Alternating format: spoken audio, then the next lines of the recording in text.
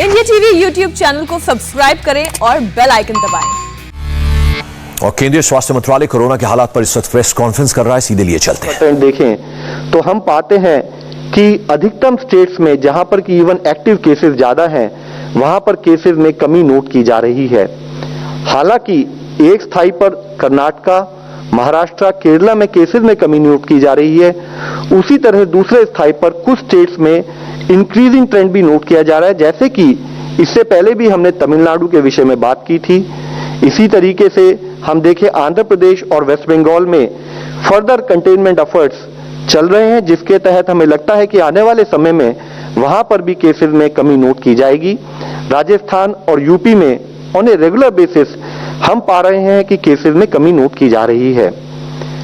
Case positivity trend is critical to understand कि infection किस तरह से फैल रहा है। तो अगर हम उसको देखें तो एनालाइज करें, पाते हैं कि 15% से अधिक पॉजिटिविटी वाले 18 स्टेट्स देश में हैं, 5 से 15% पॉजिटिविटी वाली 14 स्टेट्स हैं और 5% से लो पॉजिटिविटी वाली 4 स्टेट्स और यूनियन टेरिटरीज देश में हैं।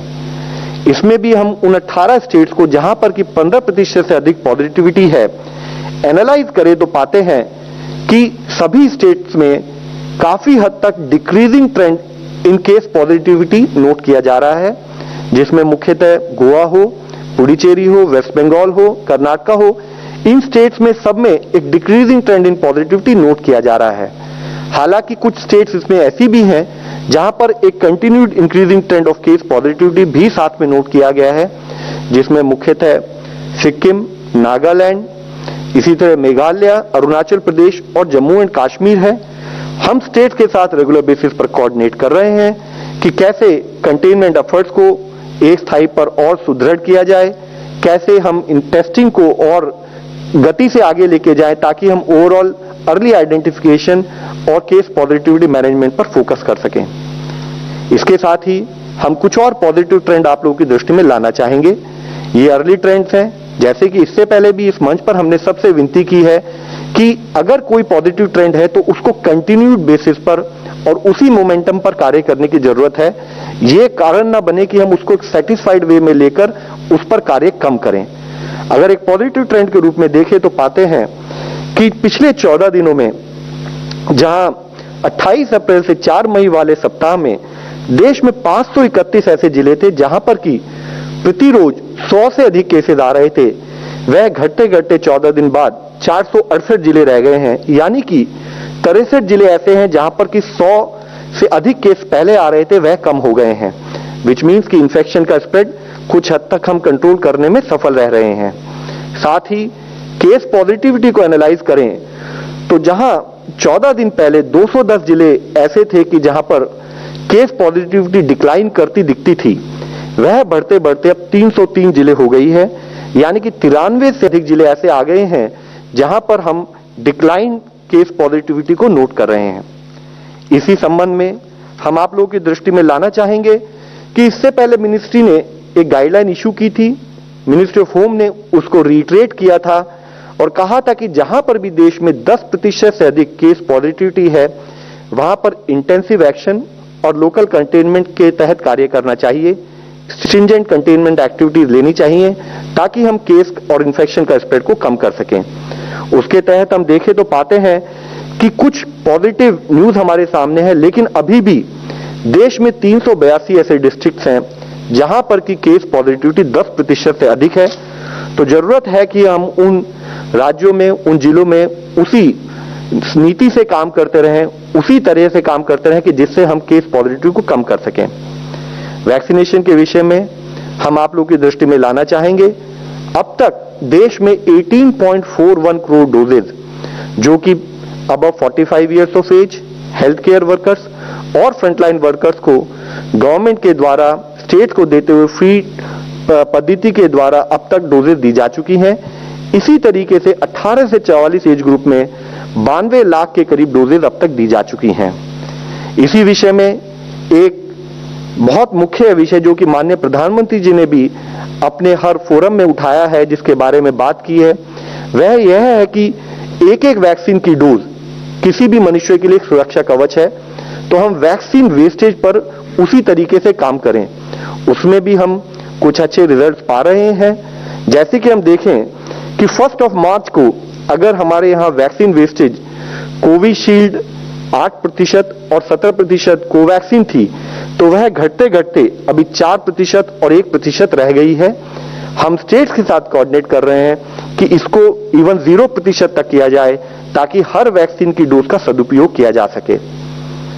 States and government, union government मिलकर पिछले 1.25 साल से भी अधिक समय से कंटिन्यूड बेसिस पर कोऑर्डिनेशन कर रही है, एक्टिविटीज ले रही है, ताकि हम कोविड-19 को मैनेज कर सकें। एक नया विषय, जैसा आप सब लोगों को पता है, हमारे सामने एक चैलेंज के रूप में आया है कि हम कैसे ब्लैक फंगस को मैनेज करें। उससे संबंधित एम्फोटेरिसिन बी, जो कि एक एंटी फंगल ड्रग है, जो देश में लिमिटेड सप्लाई में शुरू में अवेलेबल थी, उसको बढ़ाया जा रहा है। जिसके लिए 2 तरीके से एफर्ट किए जा रहे हैं कि कैसे हम सप्लाई को बढ़ाएं और कैसे उसकी अवेलेबिलिटी को और फर्दर बढ़ाने के काम करें, जिसके तहत 5 एडिशनल मैन्युफैक्चरर्स को देश में लाइसेंस दिलवाने का कार्य ministry of pharma, ministry of health coordination से कर रही है।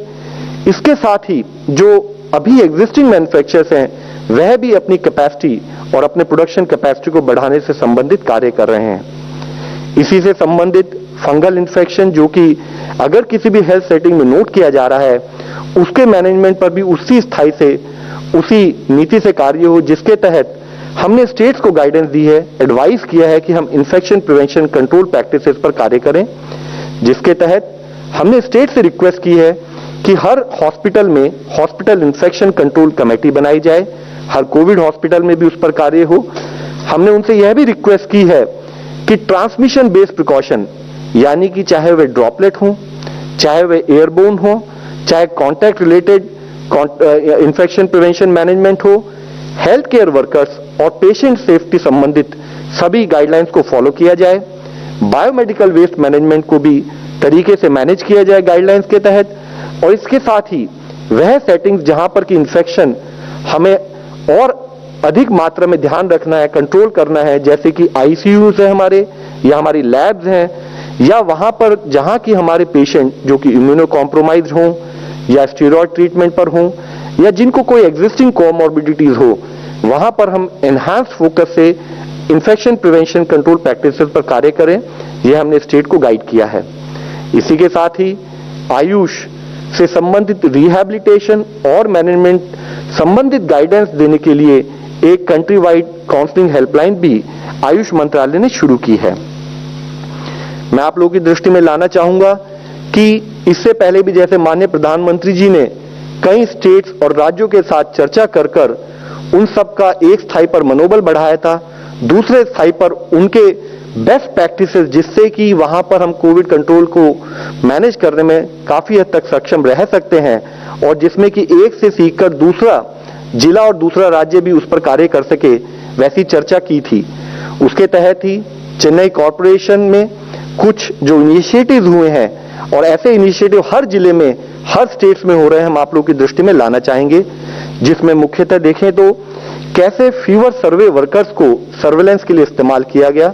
12,000 से अधिक वर्कर्स जो कि डोर टू डोर प्रतिरोज जाते हैं, ताकि वह सर्वे कर कर कोई आदमी जिसे फीवर हो उसको अर्ली आइडेंटिफिकेशन में हेल्प कर सकें।